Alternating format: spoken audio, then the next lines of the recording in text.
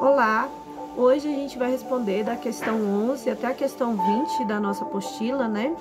E a primeira questão é essa questão 11 aqui, que ela fala sobre o apartheid, né? Em 1990, na década de 90, na África do Sul.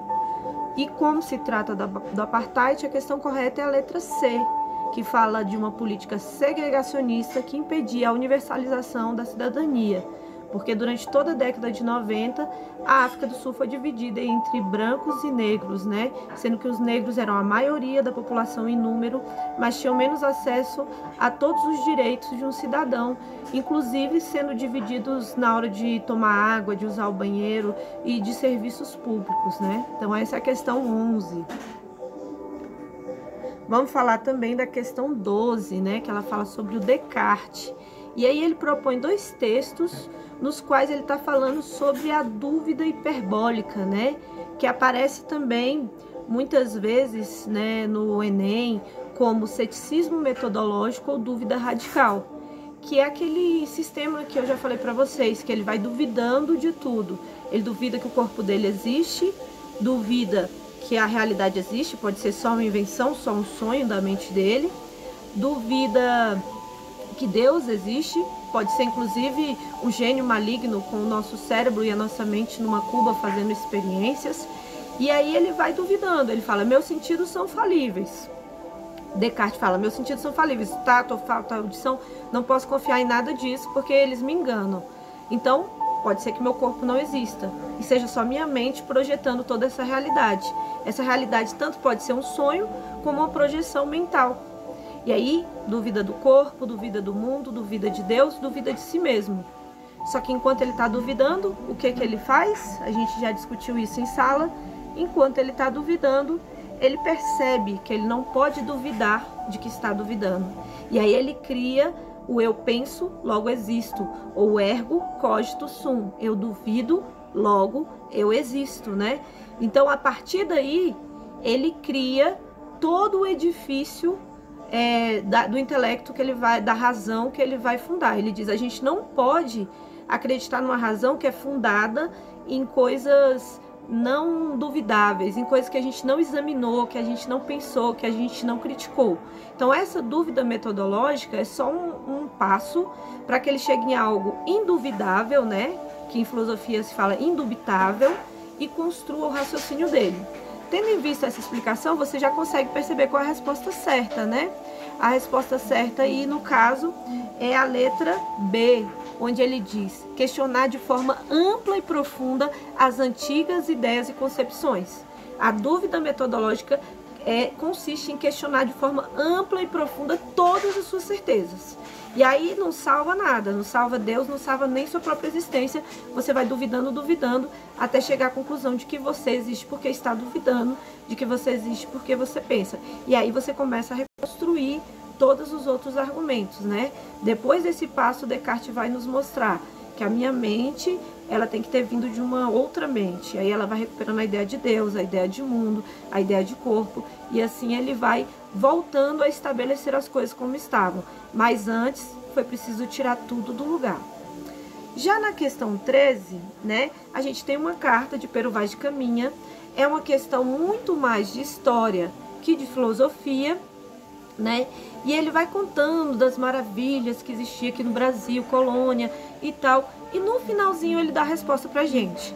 Porém, o melhor fruto que dela se pode tirar, me parece que será salvar toda essa gente. Então, o que Pero Vaz de Caminha estava defendendo com esse trecho da carta, que é o que pergunta qual o objetivo dele em escrever esse parágrafo na carta, era qual?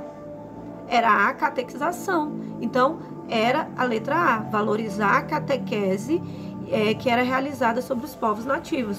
O que hoje, com análise crítica, a gente sabe que o objetivo não era esse, era mão de obra, era matéria-prima e vários outros. Só que por que a catequização ganha esse status a ponto de justificar vários navios e vários recursos vindos de Portugal para o Brasil? Porque a reforma protestante está acontecendo na Europa, justamente nessa época. E eles estão perdendo vários adeptos do catolicismo para o protestantismo. Países inteiros se tornam protestantes. Então, conquistar povos nativos da América do Sul e torná-los católicos vai dar uma força para a Igreja Católica, que já está em declínio aí no período que Pero Vaz de Caminha escreve essa carta, né, em meio ao, entre aspas, descobrimento do Brasil.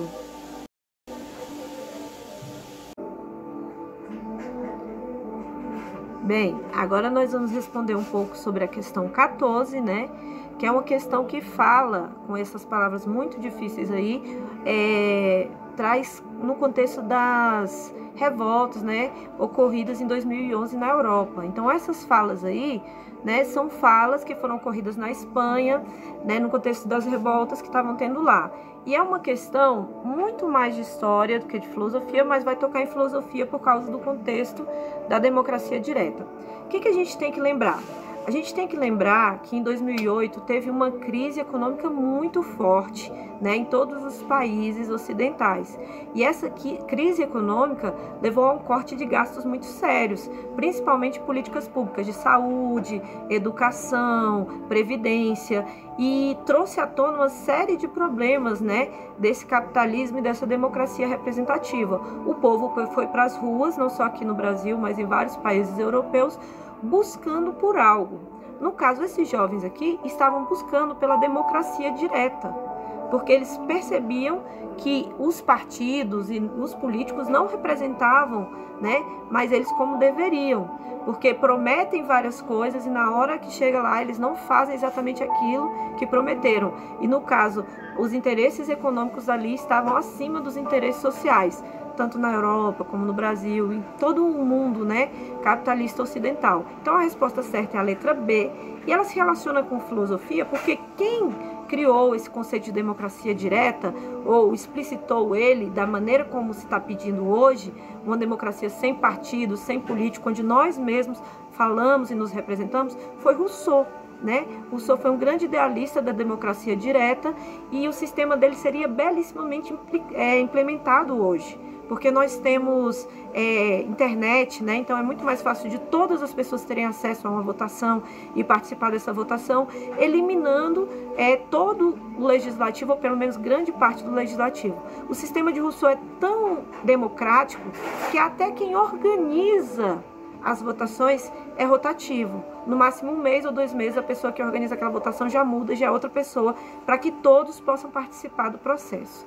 Já na questão 15, é uma questão de filosofia mesmo, né? Uma questão de filosofia pura, e fala sobre o Kant, que a gente já explicou, né, várias vezes sobre ele, mas é uma questão linda, porque ela traz um trecho e fala bem assim: o trecho em questão é uma referência que ficou conhecida a Revolução Copernicana na filosofia. Aí você tem que lembrar quem foi Copérnico, né? Que antes todo mundo acreditava no modelo geocêntrico, que a Terra era o centro. Aí Copérnico vem e demonstra o modelo heliocêntrico, onde o Sol é o centro do universo. E o Kant faz isso na filosofia, né? O Kant, todo mundo acreditava que a verdade estava no mundo, nos objetos, né? E que nossa mente apreendia essa verdade.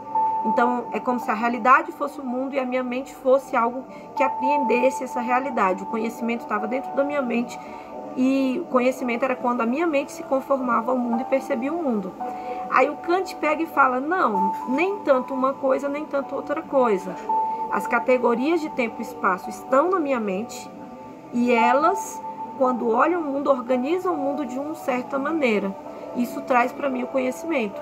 Então, o conhecimento nem está todo no mundo e nem está todo na minha mente. O conhecimento é uma junção dos dois. A minha mente, que coloca as categorias de tempo e espaço e organiza as coisas de maneira espacial e temporal. Percebam que um objeto, uma cadeira, ela não se percebe no tempo, ela não percebe a duração do tempo. Ela também não se percebe em relação a outros objetos, Nós que a organizamos em relação a outros objetos e falamos, a cadeira está à direita, a cadeira está à esquerda. Nós que falamos, a cadeira é velha, a cadeira é nova, a cadeira tem tantos anos de duração. Então, nós organizamos as coisas no tempo e no espaço. E aí, Kant vai dizer que conhecimento, então, é isso. A junção da minha mente, que imprime categorias de tempo e espaço na organização, e da realidade sensível dos objetos que trazem para mim a matéria do conhecimento. O conhecimento precisa de forma, que está aqui dentro, e de matéria, que está no mundo. E aí, essa questão eu acho dificílima, porque ela tem questões que falam sobre isso. Só que o item correto é o item A, que fala que o texto assume pontos de vista opostos acerca da natureza do conhecimento. Então, ela não está pedindo para você examinar toda a filosofia de Kant nisso que eu falei. Ela está pedindo apenas para você examinar o texto. E aí, quando você esquece toda a filosofia de Kant e lê apenas o texto, você percebe que no texto ele está falando dos pontos de vista opostos, que é o ponto de vista do racionalismo, que diz que o conhecimento está na minha mente, e o ponto de vista do empirismo, que diz que o conhecimento está no mundo, está na realidade sensível. Kant junta os dois e vai dizer que o conhecimento é junção dos dois. Eles vão chamar isso de criticismo kantiano. Então a questão é complexa, porque você tem que esquecer um pouco do seu conhecimento e fazer ela somente com o texto. E aí você chega à conclusão correta de que a questão é a letra A.